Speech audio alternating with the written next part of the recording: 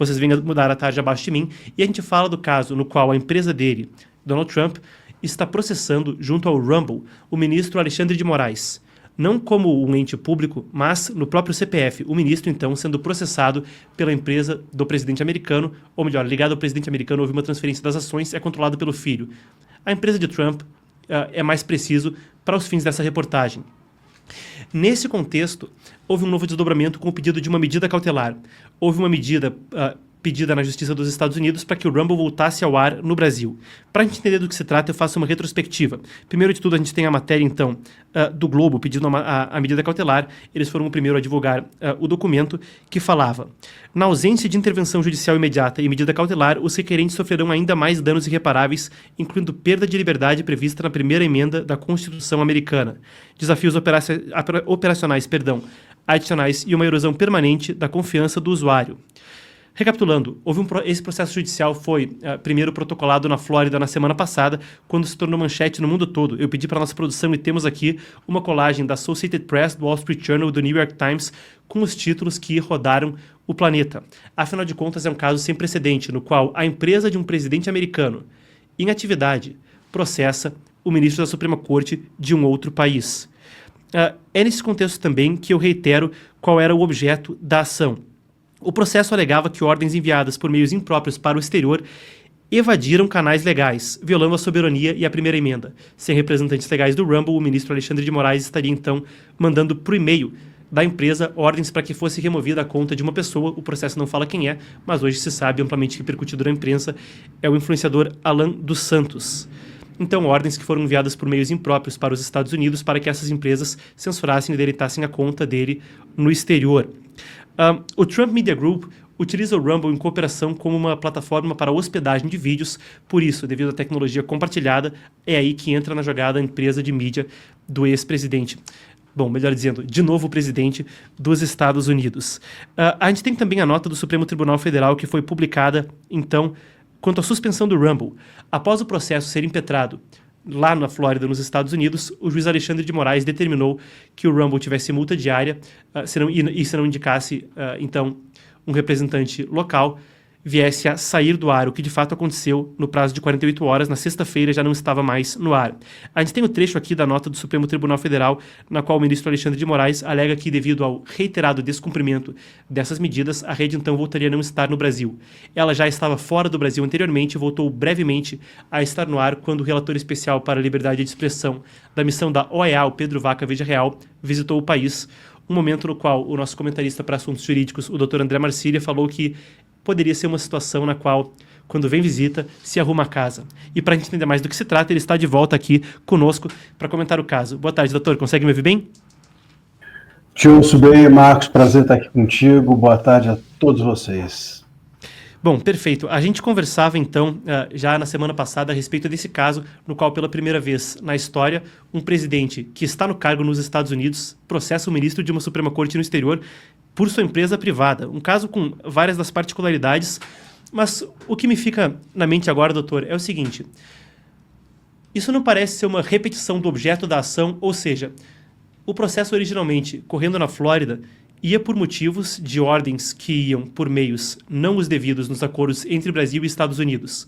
Agora, sem representante legal do Rumble no Brasil e sem nenhuma alteração na situação anterior, vem uma nova ordem precisamente pelo mesmo meio.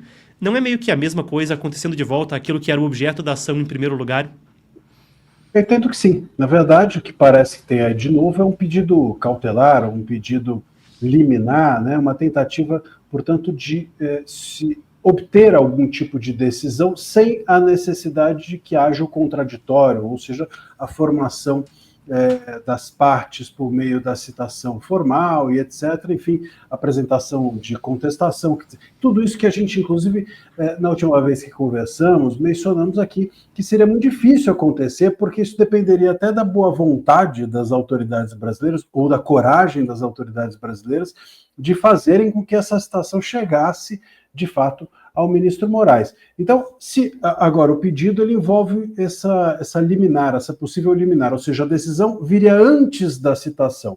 Eu creio que com isso a gente está no mesmo lugar mal parado, que é o fato de que, enfim, para o processo seguir adiante é necessário que as autoridades brasileiras tome as providências para tanto, ou que uma decisão para ser executada no Brasil, ou ter efeito aqui, seja de alguma forma legitimada por autoridades brasileiras, por tratados brasileiros, etc., etc., que eu acho que não acontecerá. Mas, se tiver essa decisão liminar, antes de tudo isso, se esse é um processo político, se esse é um processo que tem uma simbologia relevante dentro da estratégia da Rumble, eu creio, e do próprio Trump, eu creio que a decisão sendo antecipada a qualquer citação ou postura do governo brasileiro em relação a isso, esse efeito se conseguirá. Imagina só o escândalo que não vai ser uma decisão impondo qualquer coisa ao Moraes ou ao Estado brasileiro, mesmo sem qualquer tipo de irregularidade ainda constituída aqui no Brasil.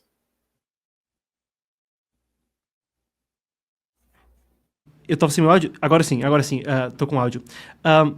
A gente tem a nota que veio do Supremo Tribunal Federal, na qual ele cita nominalmente o influenciador Alan dos Santos, que não foi citado no processo na Flórida. E uma dúvida que eu tenho, de fato, até pessoalmente, é de que há alguma possível gravidade na divulgação do nome da pessoa que supostamente seria perseguida, afinal de contas, ele está nos Estados Unidos em meio ao processo de conseguir asilo político. E o nome dele foi omitido no processo originalmente, lá na Flórida, em tese por meio de questão de segurança, como uma pessoa que poderia estar sendo perseguida politicamente. Agora, na nota, na comunicação institucional, o Supremo Tribunal Federal cita ele nominalmente. Isso tem algum tipo de gravidade jurídica ou é um fato que não pesa nesse caso? Cita e, inclusive, levanta o sigilo do próprio processo que havia contra o Alan dos Santos. Olha, eu creio que isso alteraria se esse processo tivesse uma relevância real. Me parece que o STF quer, e não só agora, como também antes, quando também pediu a extradição do Alan dos Santos, quer constranger as autoridades norte-americanas ou, de alguma forma, expor o Alan dos Santos, mostrando que ele teria realmente feito algo de muito grave. Só que quanto mais a gente tem acesso aos documentos, menos gravidade a gente percebe em tudo que está acontecendo. A gravidade é o aparelho de Estado estar preocupado com o Alan dos Santos, ou preocupado com o que diz Alan dos Santos ou deixa de dizer. A mesma coisa em relação aconteceu em relação ao monarca, ou em relação à figura, a Daniel Silveira, a Felipe Martins, enfim, é constrangedor um Estado que se dedica a correr atrás de uma pessoa, né? É totalmente desproporcional e ilegítimo isso ocorrer. Então, quando o STF busca, me parece que, numa estratégia política, expor o nome de Alan dos Santos, seja no Brasil ou fora, ou o processo dele, ele expõe a si próprio. É aquela história de quanto mais eu falo de Paulo, mais eu exponho a mim mesmo, não é? Então, eu creio que a gente aqui... em tese, se fosse algo grave, sim, isso poderia prejudicar o Alan dos Santos, até na obtenção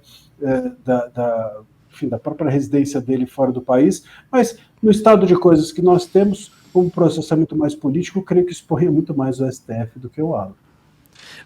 Eu tenho aqui uma citação que vem do Dennis Jett, que é professor de Assuntos Internacionais na Penn State University e ex-embaixador dos Estados Unidos para o Moçambique e para o Peru. Ele é um dos especialistas consultados no Wall Street Journal sobre se esse caso vai ou não para frente nos Estados Unidos, e nas palavras dele, não tem mérito. Eu simplesmente não vejo qualquer país aceitando a lei americana como se ela pudesse ditar o que acontece no seu país. E essa é, de fato, uma das questões... no sentido de que o que poderia ocorrer eventualmente com Alexandre de Moraes aqui dentro do Brasil ou com jurisdição brasileira, a princípio nada corretamente e nada correto.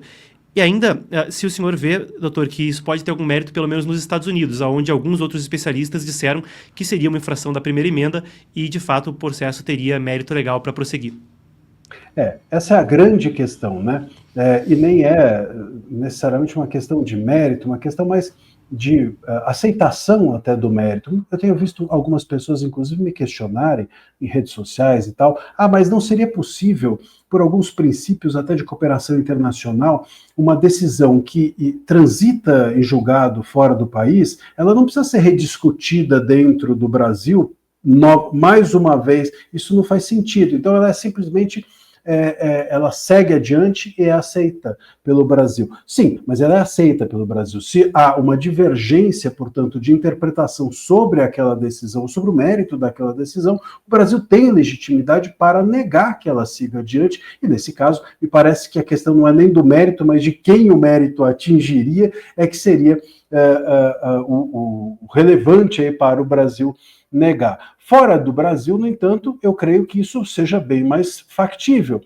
Se uma decisão dessa for dada lá fora, isso pode atingir o ministro Moraes lá fora. Então, por exemplo, se ele tiver algum ativo financeiro nos Estados Unidos, eventualmente pode ser bloqueado. Se ele descumprir essa ou aquela decisão, ou tomar essa ou aquela multa, ele pode ser impedido de entrar no país, de ter o seu visto revogado, se é que ele o tem, ou até mesmo de fazer aquisições, compras de imóveis fora do país, dentro dos Estados Unidos. Isso sim pode alcançá-lo, mas apenas dentro do território dos Estados Unidos. Aqui no Brasil, somente se nós aceitássemos, se nós brasileiros, autoridades brasileiras aceitássemos, isso é muito difícil que ocorra. Bom, perfeito. Então, doutor, muito obrigado novamente. A gente ouviu o doutor André Marcília, ele que é professor de Direito Constitucional, especialista em liberdade de expressão e, notoriamente, o primeiro advogado dos inquéritos das fake news. Então, já tem aí a experiência no objeto do assunto. Perfeito, doutor. Muitíssimo obrigado novamente.